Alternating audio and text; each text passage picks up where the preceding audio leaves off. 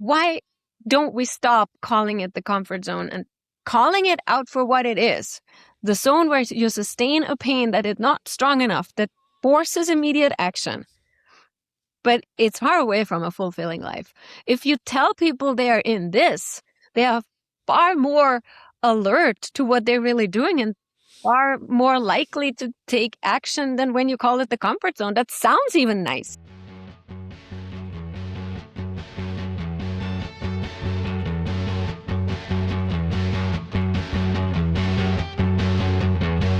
Hey everybody, welcome to the Book Leads Impactful Books for Life and Leadership. I'm your series host and leadership performance coach, John Jaramillo. This podcast series is about getting to the books that have impacted the lives of people in my network. So these are great leads that I'll be having these conversations on to get to those books that have impacted it the most, left an indelible mark, or that they've written that they want to get that great message out there. And my guest today is Tina English. And Tina is an international speaker, performance coach, and author of Escaping the Sustainable Pain Zone. As a former pro athlete and Austria's first relationship coach, she has spent over a decade helping people break through internal limits and step into their next level of life. Tina is best known for her concept of the sustainable pain zone, the invisible place where people stay functional, successful, and quietly unfulfilled. She has spoken on international stages, including Success Resources events, and has been featured on TV, podcasts, and in print media. With a background in elite performance, psychology, and stage presence, her work bridges mindset, action, and personal truth. Tina challenges the idea that comfort is safe and shows why real change starts when you stop negotiating with what no longer fits.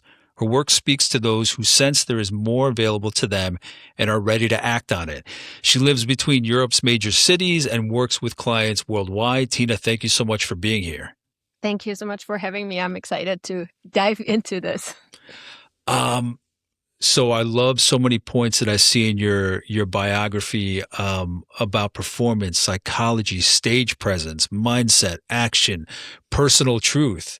There's just this great combination of all these different aspects that I have learned to appreciate over time, and just seeing all these pieces in your bio is just great. So I can't wait to jump in and see where these came out in you, how you developed them. So let's get going.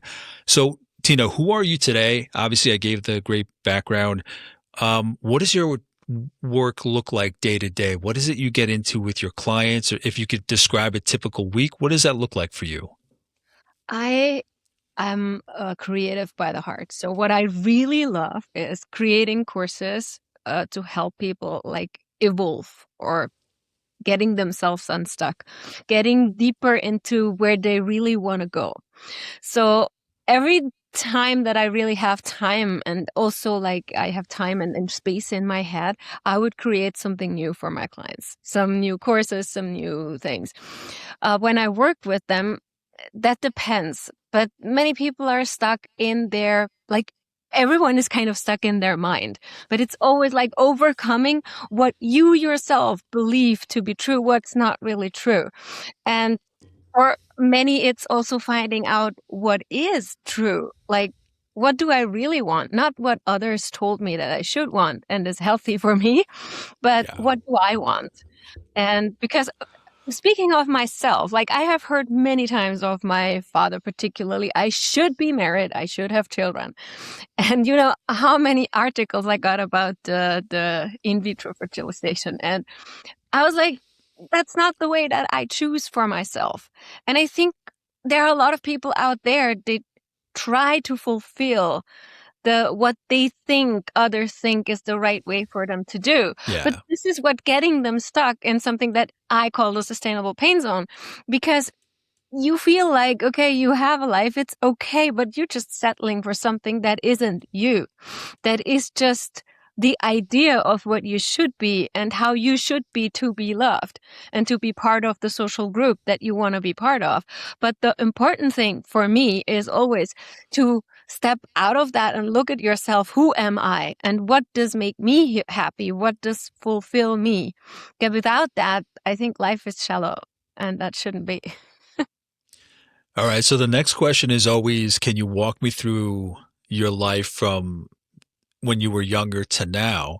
And obviously with you, when I was reading your bio, when you were sharing the information, the background you just gave of the work you do and people's mindset, can you walk me through? Because I want to get a sense of where you pick that up. You know, what was it that happened to you? What was it you saw? What was it you experienced that kind of program that into your mind about, okay, there's this zone that people stay in because of society, because of their self programming, and it does harm to them in every which way that you can think of.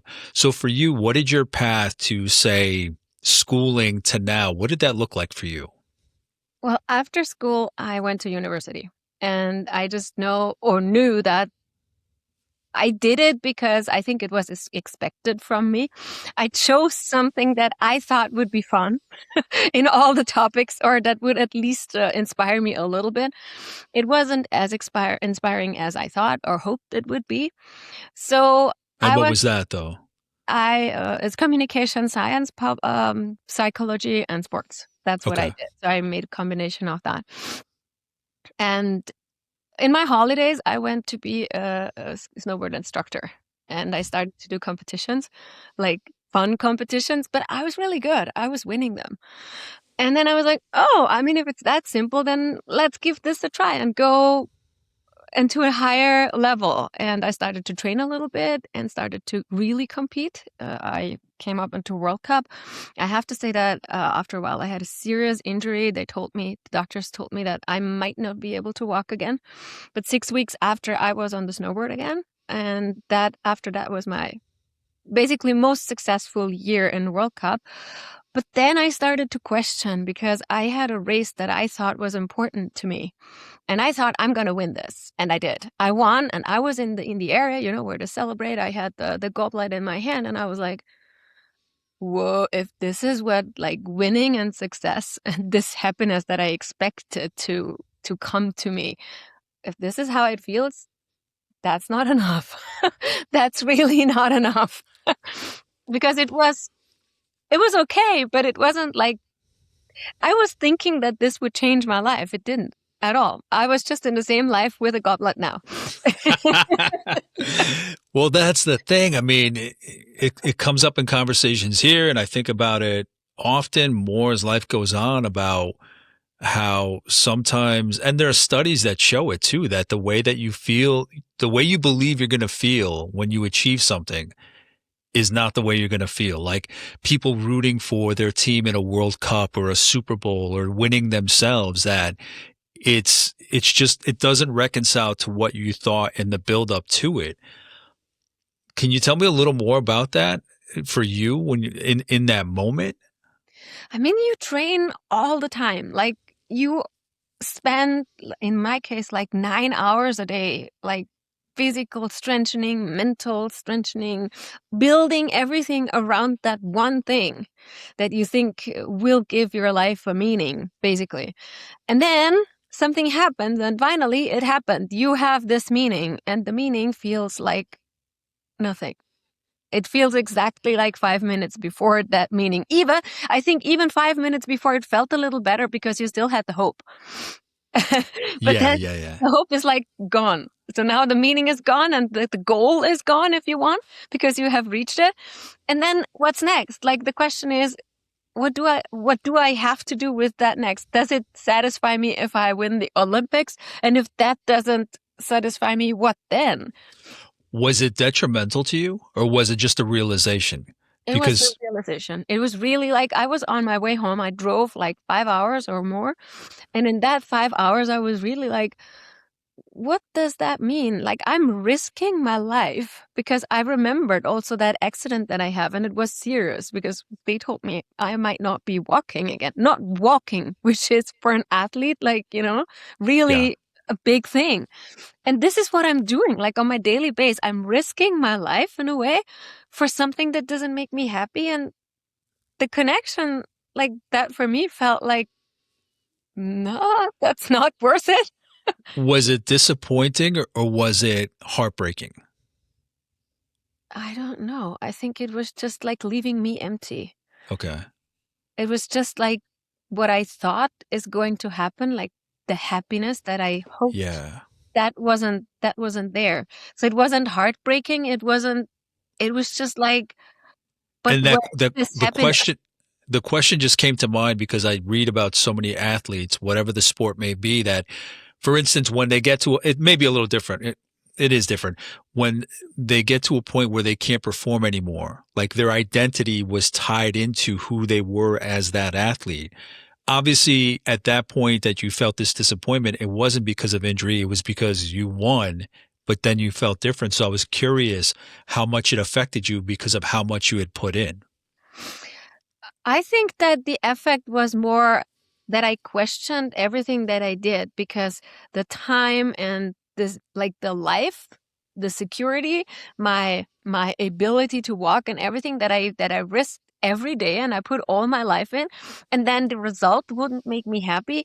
That didn't felt like a balanced approach to a happy life, or Yeah. to anything that I would want for myself. And the question that came up in this moment, if this isn't it, what is it then? So I was just in this moment, that was basically what turned me into the searching person for happiness in a way. Because once I realized that I have something that doesn't make me happy, for me, it was like, okay, then now I have to look for what does. Because I don't want to be at this status quo where everything feels like, why am I doing this? Because and that I don't want to be in that situation. Like, why am I even getting up in the morning? So Yeah. So where do you think that came from in you, that wherewithal, that ability to say, hey, this isn't really working out, very disappointing, but now I gotta pivot and see what the right answer might be or the right path.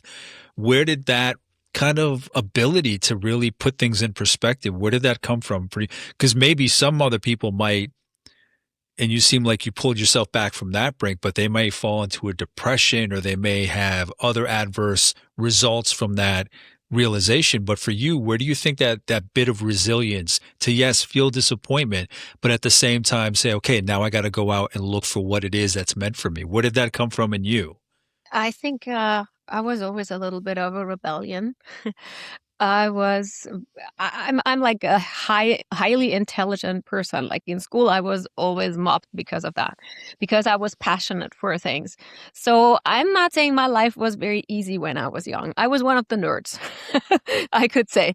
So I was basically knowing that life isn't always easy, and then you cannot give up, because Mm. if you would give up, then it's over. And I also remember that one of my colleagues, school colleagues, he threw himself in front of a train. So he gave up, and I didn't want to give up. I was like, okay, I'm here at this point. I have gotten myself out of being the nerd, being the one mobbed all the time. I have reached a certain status, I mean, even though I wasn't happy with it, the way people looked at me was different from the way people looked at me when I was in school. So I knew that I can change things. Now I can change how people look at me, but now I have to change the way that I see my life. So the change itself wasn't unfamiliar to me. I just didn't know how far I could take it and what to do. So for me, it was more the stuck in the what's next thing than the fear of change. I think I never had really fear of change or diving into something new. For you, how did you decide before, I'm kind of jumping back and forth, but before you decided to leave school or before you went to school, how did you decide what it is you wanted to study? I think you had said communications, psychology. What was it that drew you to those areas for The honest, study? the honest approach, because they had the least lessons. Like hours a week was not. I'm not judging at all. I'm not judging at all. You could come up with a better background to it, but I will not judge at all. No, I was really weighing like, okay, I can get a degree on that. I have a slight interest. I was interested in communication. Communications sounded like cool, fun. It was connected to television and to media, which I liked. And psychology I was interested in. Sports was what I was doing anyway.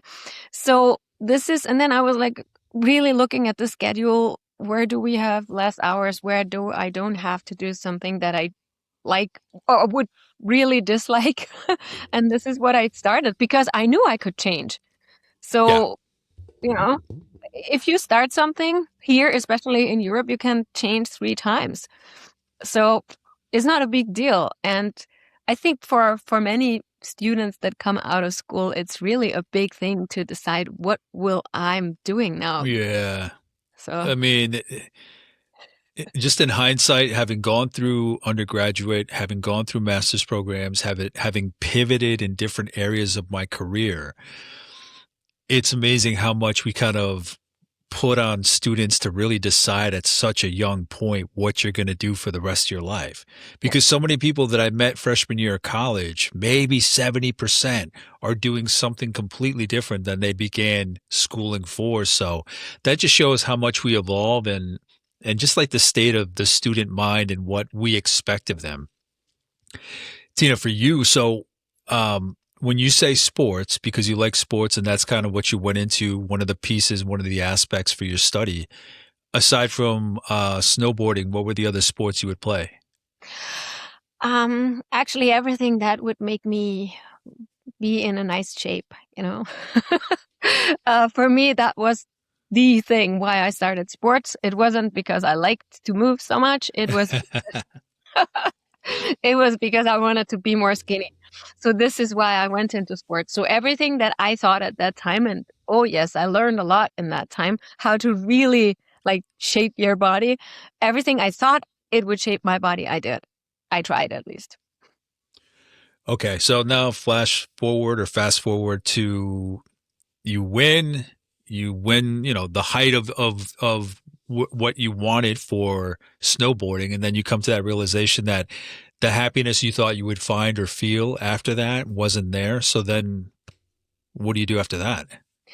Well, I was thinking because university was also already running and I was like, okay, what am I going to do? I really have no idea what I'm going to do. So I decided to give myself a kind of a break. In the sense, not really naming it break, but I decided to go to a third world country, live there and learn Spanish. So that's how I came to Latin America. I lived in the Caribbean for a while, on, let's say, on their standards. And I chose to do so. Not because I thought that I would love that so much, but they had something I didn't know. I was there for a mandatory vacation after that season because I was training very hard. So people were like, yeah, you have to go on a vacation. I took a flight. That was the destination where I went. And I saw these people being happy for no reason because, in my perspective, they had nothing. They had no money, they had no comfort. Like, they invited me to their home and I was like, oh my goodness, that's like the furniture, that's what we throw away. And they were proud about that. And I was like, all right. So I think they know something I don't know. And I would like to learn that. And this is why I decided to go there to learn the language. But for me, it was more learning how to be happy based on nothing, or how to a different way of being happy that I knew, not from status, not from the outside, but from the inside. And this is, it really like, it shaped me very much. It was a hard time for me, very hard. Like, because I'm used to go to the top, turn it on, and water comes. Oh yeah, yeah. That's not what happens there. Where did you go in the Caribbean? Where was this? I was in Cuba. Okay, okay.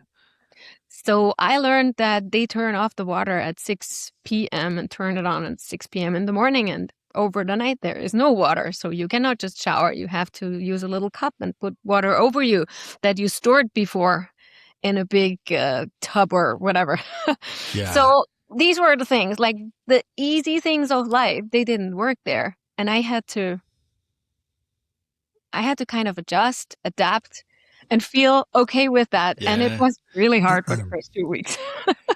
Yeah, it's funny you're bringing that up because last night I was watching that show Pole to Pole where Will Smith is traveling between the North and South Pole to different destinations for different lessons. One, he's in the Amazon in Ecuador and he's chasing after anacondas.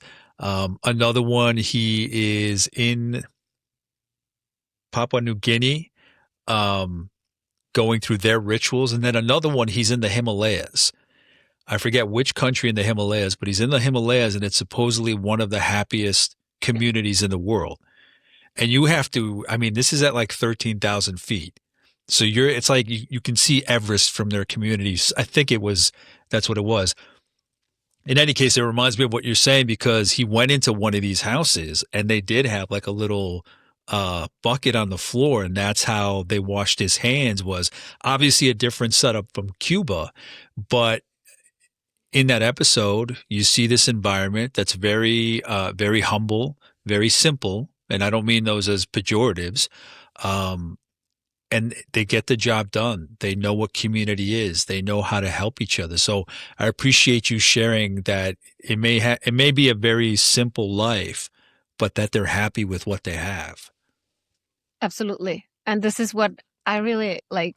I took from them just step by step. I didn't speak Spanish when I came there, so we had really a lot of barriers in communication and in how to approach each other because we didn't understand each other at all, not in communication, but also not in rituals. And I didn't even know how to flush the toilet in the first 1.5 weeks. So I tried to go to a restaurant or anything, so I couldn't ask. Yeah. I didn't know Spanish. So And was it some kind of exchange program, or how no, did you? it was I met someone from that family where I was on the beach in my holiday. They took me home. They showed me that, and I was like, I need this. Okay. I need this. So it Oh, wasn't romance. It was just like me understanding this is the next step for me. I didn't know what it would bring me, but I did understand that this is what I need to learn. And so keep following that path. So how do you grow and develop into who we're seeing now?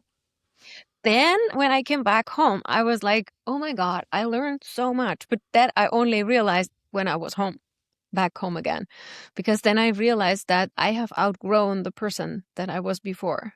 Because I realized that people looked at me or tried to put me in a frame and I didn't fit. Like I had more solutions in my head to simple problems that we were dealing with. So sometimes I was even like mad at people for on which nonsense they complained. Like, this today I had no water, let's say for 2 minutes. I was like, I didn't have water for 5 days. What are you complaining about? Yeah. you know? So, and then I was like thinking it would be really great if everyone could have an experience like that. Because I felt that in my environment where I was born to and where I lived, it would have been much more difficult to evolve or to do these inner changes because I think everyone would have tried to keep me the person that I am because I was because they knew I was that person. But being somewhere else with people that I didn't know gave me an easy way to discover who I wanted to be at that Mm. time.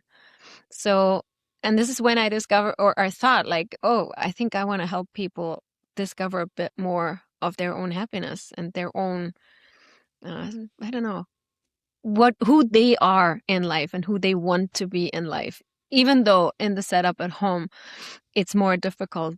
And that's why a coach can help you because you yourself alone in your environment, you have hard times to see what's not working for you and where you don't look or where you try not to look at or where you can't see. So Yeah. I had the chance to go to another country to live with other people that didn't understand me, that didn't know my rituals. And I think one of the best thing that happened is that I didn't know what would make them happy.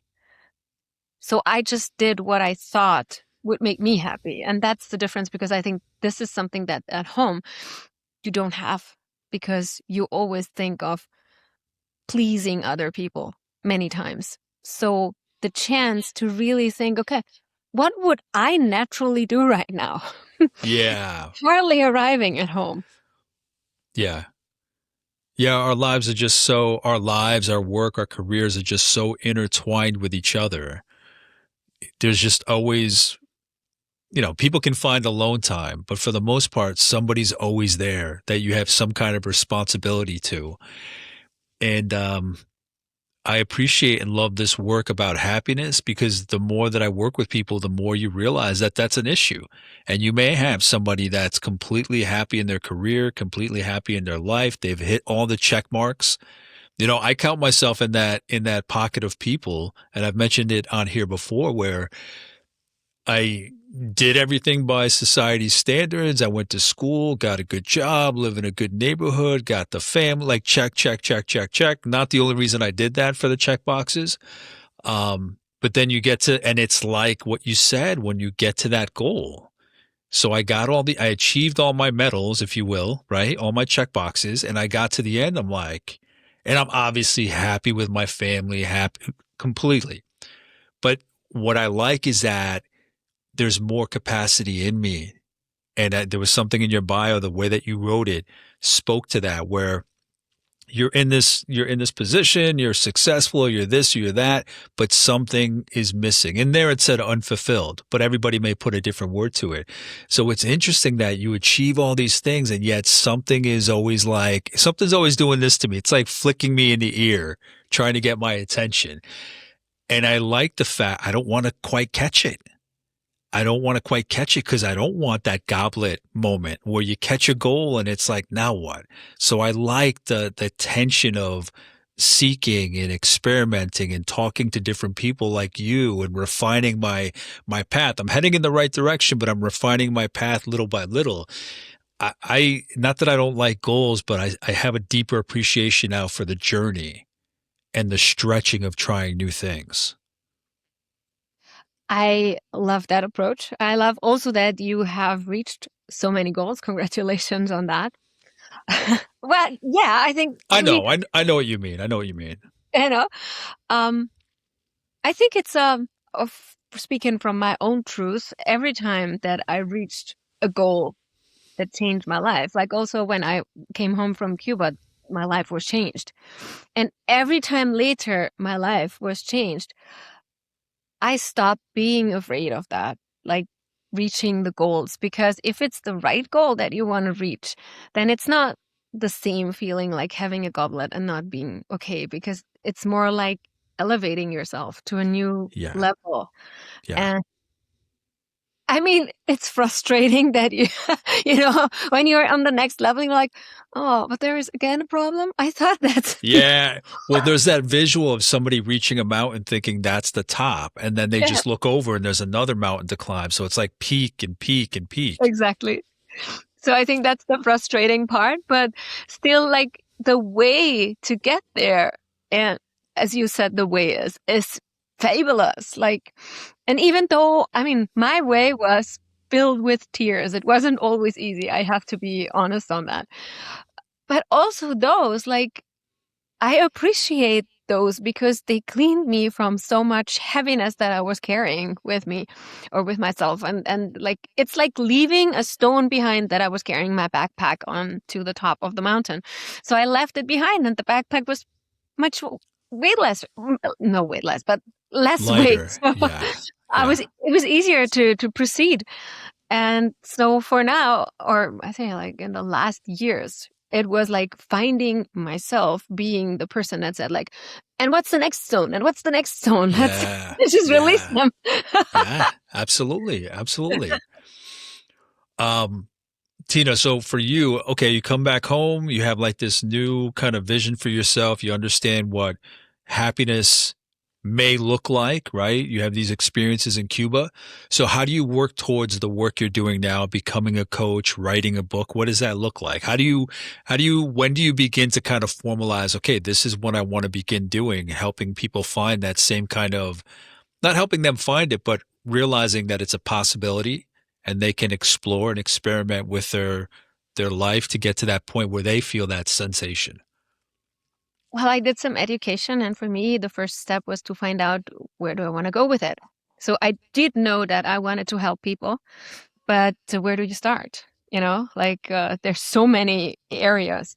And so I was taking the easy way. I was asking my fellow students, what do you think I'm good at? And they said, which is also natural because I came home from South America, you're good at flirting. I'm like, Oh, And I was like, okay, that sounds fun. So I'm gonna do flirting. I'm helping, I'm helping people to get good at flirting. That's how I start. Wherever this goes, I don't know. This is sounds fun. I'm gonna do that. I started like that. I became a columnist for the biggest internet dating platform in Austria. I wrote my first book. And this is how I evolved into being Austria's first relationship coach. Because I remember one time they asked me, and are you scared of being this, like being brought in a position where you are like handling relationships, problems, internal things, sex? And I was like, no, I found that's cool. I mean, Yeah. it was cool. I was young. I didn't, I, I didn't think that I was thinking about consequences, and there were no. What would be the consequence? Yeah. Yeah, there could be, but I wasn't. I think it depends on how you position yourself in this. I didn't position myself to have or felt any big consequences. So for me, it was good. But after a while, I felt like, okay, if you do flirting, online dating, and relationships, this problem is still the single person. It's never the relationship. It's always the person, the individual that isn't happy with whatever they chose. Because in a relationship, they chose the other person consciously, and then they're not Yeah. happy with them. So let's see, what can I do for them? And then I went back more into the individual, because actually, and I think that's a big thing in relationships, to expect our partner to make us happy, but we are responsible for our happiness. Our partner is just responsible to not take it away from us. That's good Mm. enough. So, but they are not responsible for our individual happiness. That's still us. And then I thought, like, okay, you have to bring it back to the individual, and you have to go more into this direction. And this is actually how the way built itself up to what I'm doing now. And well, only lately it was then me diving really deep into this high achieving and to really success moments, because I realized for myself that I'm so good at accelerating those things. Like when I was teaching skiing, I had a beginners group. And I was so bored. I was so bored with beginners because, I was a racer, give me the Yeah. beginners. I was like, just the only thing in my head was like, how can I make them fast so I will have fun with them? And that's what I did. And after the 1 week that they have been with me, one guy of my group won the overall race. He won against the one that started as advanced in speed. Nice. And this is how I was like, oh, I think I have something for this. I can accelerate people. And now I'm trying to like give people an acceleration towards their life that is away from the sustainable pain, whether it's in success, whether it's in health or in relationship. Because I think that a happy life, or a life that you are fulfilled with, that you feel it's fully yours, it's on all areas. It's not just one aspect. Yeah. Absolutely. Yeah. I love it that it is that combination of different things. That it isn't just relationship, it isn't just health and fitness. And no two people are the same. And no plan for your clients can be kind of cookie cutter where it works across the same, a group of people the same way. So I appreciate that customization to understanding who somebody really is. Tina, does it make sense from your childhood that this is what you're doing? Yes, Not absolutely. Yes. what, okay, because of that exuberant response. What came to mind when I asked you that question? Why does it make sense? Oh, like I was always educated to be the best, but the best was never enough. And that's actually what I think every high achiever, or 99% of the high achievers, think of themselves.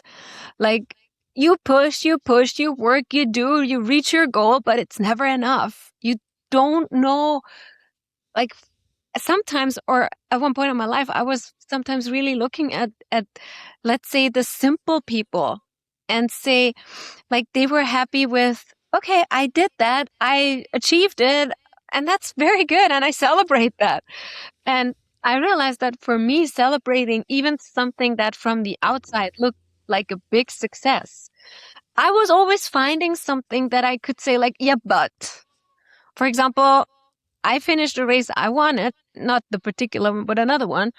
And in the last run, because it was the parallel final, the other girl, she struggled and I won. Okay. But I didn't struggle. It took me so long to realize that I won because I was just better. In my head, it was always, I won because she struggled. She didn't finish. That's why I won. No, you won because you didn't struggle. But and I think this is something that high achievers tend to do. They tend to diminish themselves and push and push and push harder, harder, harder. And I was educated to do that.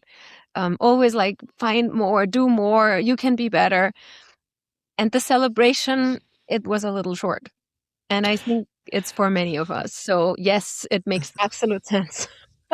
So for you then, with that kind of pressure, and obviously your coaching and mindset performance, how is it that you balance out the internal fire, the internal need to achieve more, which you still have? How do you keep yourself sane? So that you don't lose yourself to that need. Because I mean, when you have that kind of insatiable fire, I have something that looks like that, not to that level at all. But I need to keep going. I need to keep creating. I need to keep growing and developing.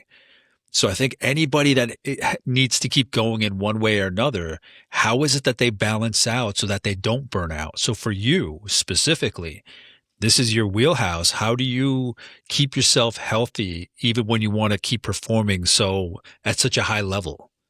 I have to be very, very, very, and I can't stretch how many berries need to be fitted in this sentence. I have to be very mindful, like really mindful about myself, because I do not naturally sense the boundary that I have.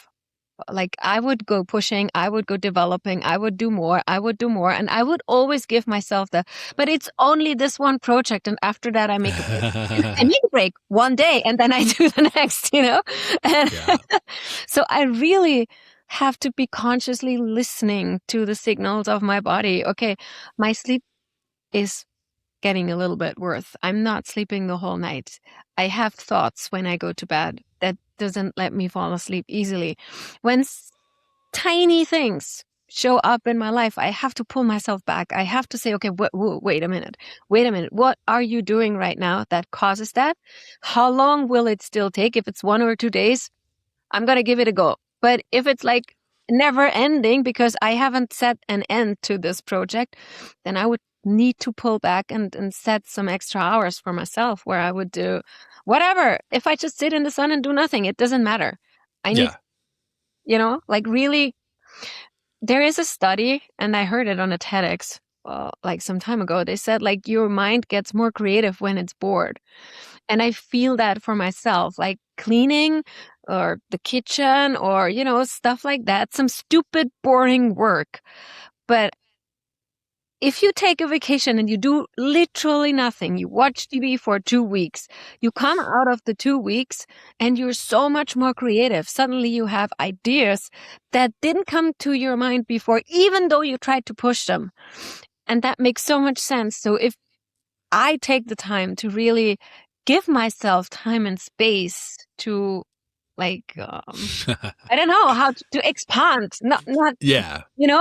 like everything of me, then I'm getting back to myself, and then I can push from who I am and not from the external. I have to reach something, but it's powerful. Yeah. Yeah, I've seen those studies. I've read those articles about how important boredom is. I'm so bad at being bored. As soon as like there's nothing that I have to do or achieve or whatever it may be, my mind is kind of like itching for that next thing. And sometimes good rest only comes after I've not a real burnout, but it's like after I've like done knocked out one thing after the other. Like yesterday, I'm like, all right, I'm gonna lay down and watch and read a book because I can't sit down and do nothing. Nothing had to get done. Everything was covered in the house. All the kids were taken care of. So I'm like, just gonna read this book, right? Got to achieve something. Got to finish this book. And I'm like, no. I put the book down, just took a nap. So it's like what my body needs. It's always like in that moment, but I appreciate that because somebody that performs at that high level, that has performed physically and now mentally, and now is working with clients and has all that work. I'm always curious how you all are able to kind of bring yourself back and how you yourselves balance your work, your energy, avoiding burnout. Because people may say, "Oh, coaches have it all together." Coaches have their own things that they have to deal with. They're humans too. So I appreciate everything you shared. I think it's, at least for me, it's really easy to overstep in this direction of pushing too hard because I don't even realize it because that's something that I like to say to my clients or even in my blogs. It feels so good. Like these achieving things gives something to us high achievers. It's not that it leaves us drained. It gives us some push where you feel like you can push harder. And Yeah. you can go like for me almost limitless until my body shuts down. And that happens far, Yeah. far out in the future. So it's really like listening to little details, to little things, little changes, because what I do realize if I keep pushing is that my creative, it's still there, but it gets flat. It Mm. how do I say that now? Yeah. It You gets spread yourself too thin. yeah, it gets motivated by the result and not by my inner power. And that's the wrong Mm. motivation because the result, if it's not happening immediately, then I would get knocked down and that would hurt me. Like if I create something because I feel the need to create this, the result isn't so important anymore. But then it gets a result and it makes me happy. So it's my own way of approaching things that determines whether that makes me happy or not. So I have to really be conscious about that. And yes, for me, it takes being aware of myself very much to not overstep. Tina, so I'm curious, having heard about your history, your work, everything, I'm curious, what do you consider your superpower? Um, I think leveling up people very fast. I see what's their problem or what they're struggling with. I'm good at making them see it too, and then helping them to overcome it. But I do not work with people who only want to complain. So I really work with people who want to achieve, who want to change something. So I'm really good at that. And to really accelerate this learning for people. So what makes you good at the acceleration? Meaning, I know you've had your own experience. I know you have your own awareness of, okay, the accolades, the goblet, if you will, isn't the end result. It's not quite what you maybe need. What is it that, how would you put into words what makes you good at acceleration? Again, I know your history, I know your performance, I know your awareness, but what is it about you that makes you good at doing that? I think that Did you see anything modeled like that when you were younger? um, Maybe a parent that assisted others or a mentor that was good at assisting others? no, I think it's really coming from me. Like I had a friend that told me one time, like, how are you doing this? Like you say you're gonna do this, and some weeks later you have it. Like that's not normal. I wasn't aware of this. For me, I mean, I don't know. If you do something, you think everyone can do it. I thought that too. So for me, I did it. I did it. I did it. I did it. For me, that was normal. I was questioning others. Why are you not doing it? And then I realized something. So like the episode in Cuba where I was there to learn about myself was not the only time. I felt it wasn't enough. I went back there to work there for a while. And there's where I discovered that I would kind of accelerate and optimize work processes so my working hour in the office would shrink and I had more flexibility in my life. And I find myself to do that basically all the time because if something is very annoying and takes very long, I'm very unlikely to continue doing it. So even though, like things like scheduling the week or something, if I know that there are so many people have the time management programs, and I have looked into some of these, I would never do this. The time management program that takes 2 hours, not for me. I'm not going to do this. It takes 2 hours of my schedule already. Yeah. So Yeah. I need something that is practical. So I always, the first thing that I do, if I need to have something that repeats itself, I would find a way to shrink it down into a doable portion. Like my schedule, my time management takes 10 to 15 minutes. That's doable for me. I can take that out of my week. I don't feel bad about it. And I have my system. Everything that would take longer, I wouldn't do. And I think that a lot of people are the same. This is why so many diets or so many things fail, because they are too complicated. Yeah. The things are complicated, people don't stick to it.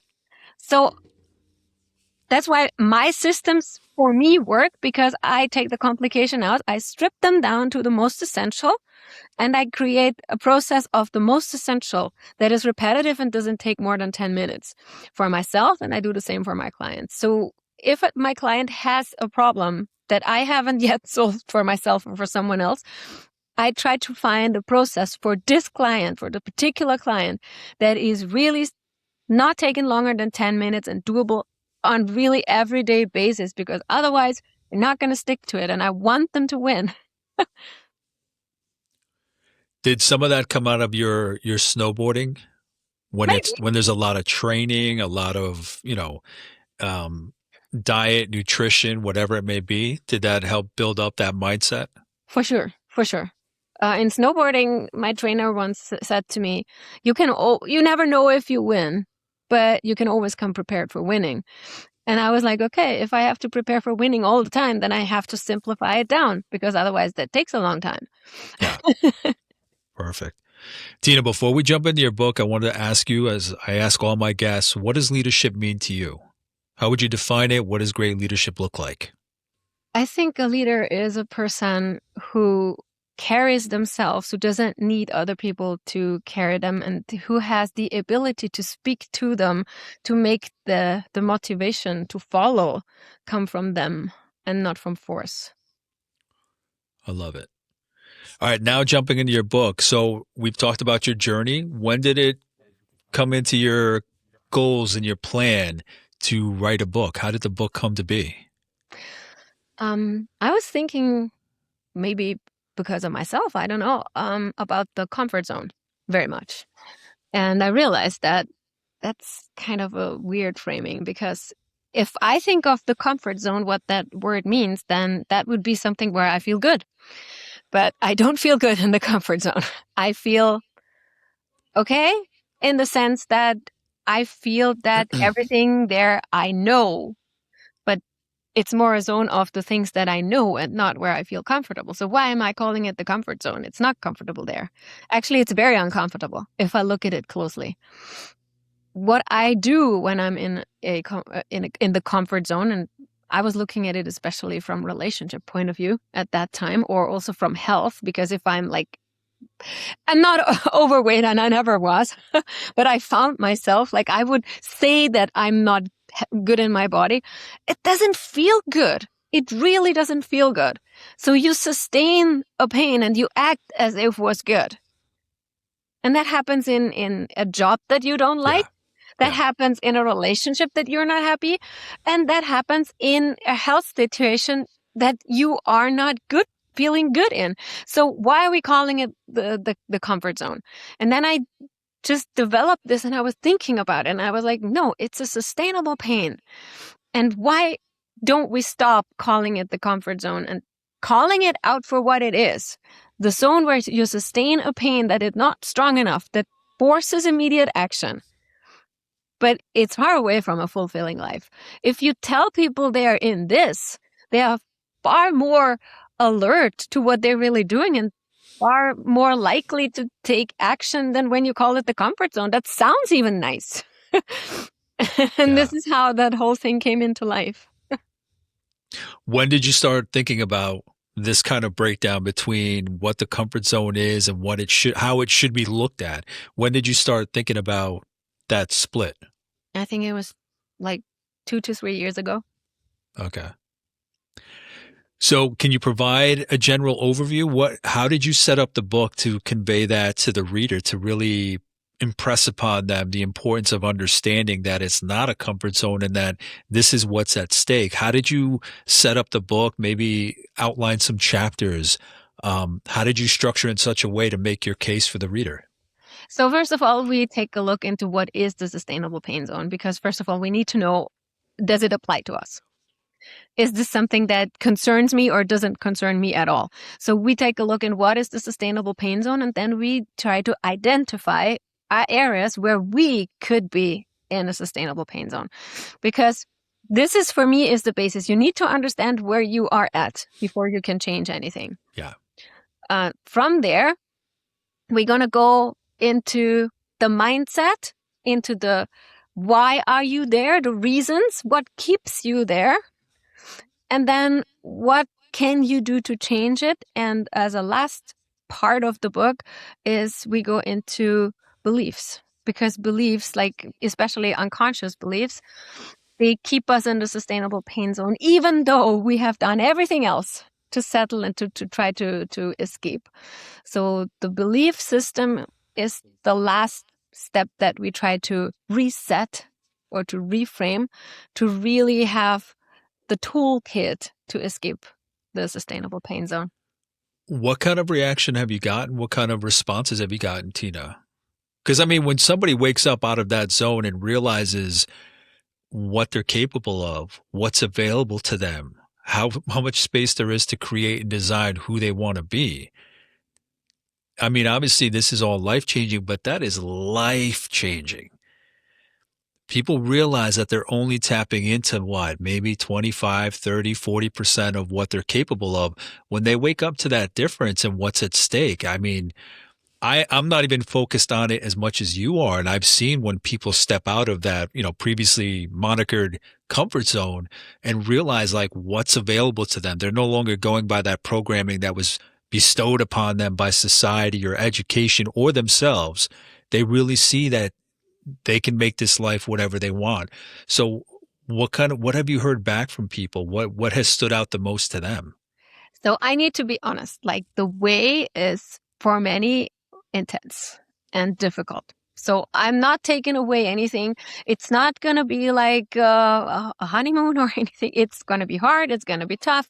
You're going to do some change work, and it's likely going to be difficult at some points. But once the people are out, they look back and like I hear people saying, I can't believe I did even let this happen in my life. I can't believe from where I stand now. And I'm so sorry that I didn't take take up the work on myself years before, that I waited so long.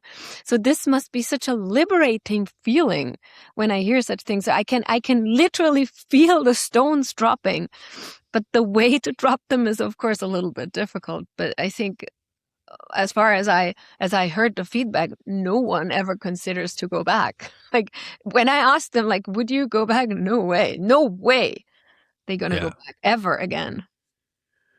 So obviously this is your life's work. Everything you've shared kind of builds up to this and beyond. And even though you are the specialist in that area, did what changed in you from writing this book? Did you look at things differently? Did you view things differently? Did certain things click? Did you see something different or appreciate something more? What changed in you because of writing this book and getting this book out there? Well, I think just the because it came up like it's a sustainable pain zone, I am looking at this differently. I'm sharper on the difference between a comfort zone and the sustainable pain zone. I do not let people slip that easy with their words anymore.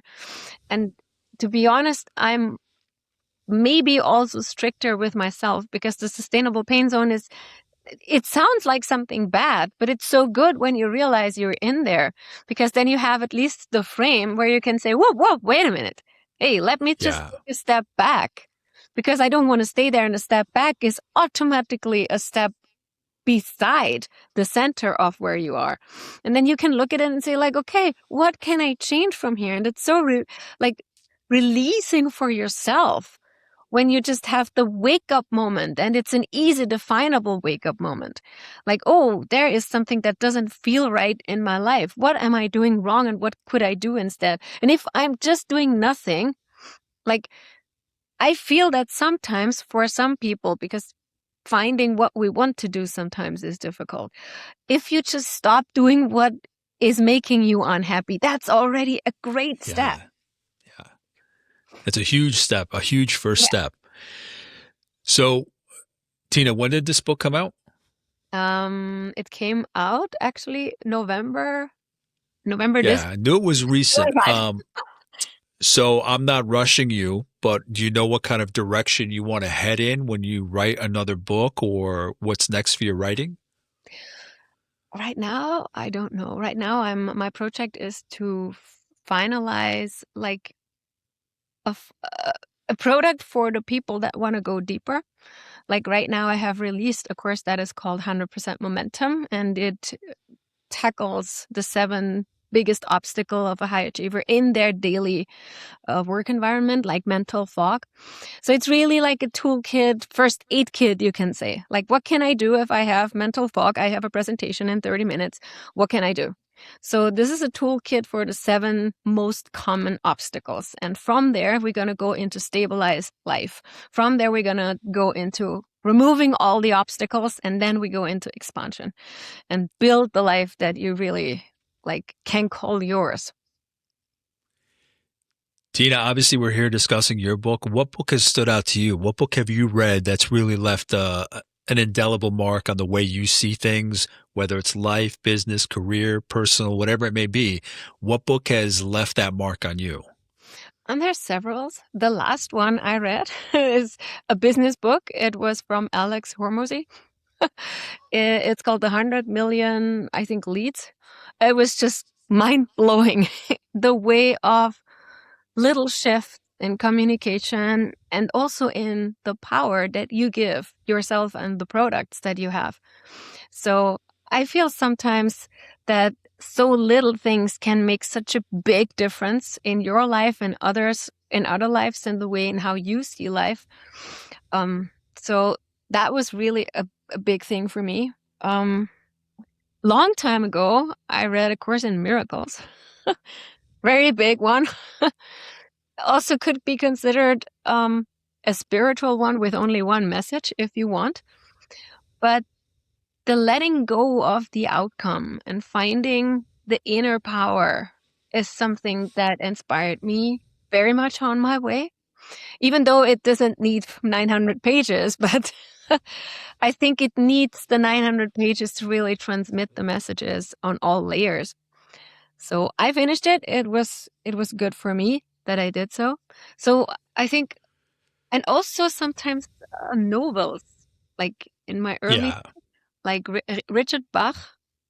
He was very inspiring to me. The seagull Jonathan, I think that was the name. Okay. um, the bridge that crosses time. I don't remember in English. I read it in German. um, so there were a lot of books. I actually was a bookworm. So when I had a lot of time or more time studying, I read a lot. And every time I go on vacation, I can't wait to read a book, a real book. So where were you on your journey when you read that book you just outlined about letting go of the end result? Where were you in your thinking about being a high performer and what you achieve and the goal and reconciling? Again, reading, like you said, a brilliant book about letting go of the end result. Where were you when you had to reconcile and kind of put those two against each other? I think it was in the process after understanding that a relationship coach only being working with relationship with 2 people doesn't work. I have to focus back on the individual, on the way to understanding what I want to create and where I want to go with this. I think there was the book. And I think it, in that sense, it took away the pressure to immediately know the way, but just let go and say, okay, this is where I want to go, and just let the way find me, or let me find the way, or however you want to call it, but don't push it. Just let it come. Because sometimes I think when we try to find the direction, we don't see inside of us. We try to find the direction outside of us. We try to find it in market research, but eventually it has to come from you, evolve from you, and then you take this into market research and find the way how to bring this into life. But if it's not you, I think in the end you're gonna end up struggling to really shape something. Tina, in wrapping up, is there anything you want to share? Anything that I might have or should have asked that didn't? Anything at all that you have coming up? Anything you want to put out there? The floor is yours. Well, I think that for everyone out there listening to that, wherever you are in your life, take a moment, sit there, and just think about if you find yourself in a sustainable pain zone, in a place where you're just okay, but not really enjoying life. And then find the courage to take the first step out, because you deserve it. Absolutely. And again, Tina shared her book, Escaping the Sustainable Pain Zone, The Hidden Key to Designing the Life You're Meant to Live in Health, Love, and Success. Tina, thank you so much for being here for this conversation. Thank you so much for having me. It was a pleasure. And if there's anything I might have missed, limited on time, lots of rabbit holes I want to drag my guests down, please let me know and I'll reach out to Tina, see what kind of additional insight, guidance, wisdom I can get back from her. In the meantime, thank you for watching, listening, and subscribing, and I'll talk to you soon. Take care. Bye.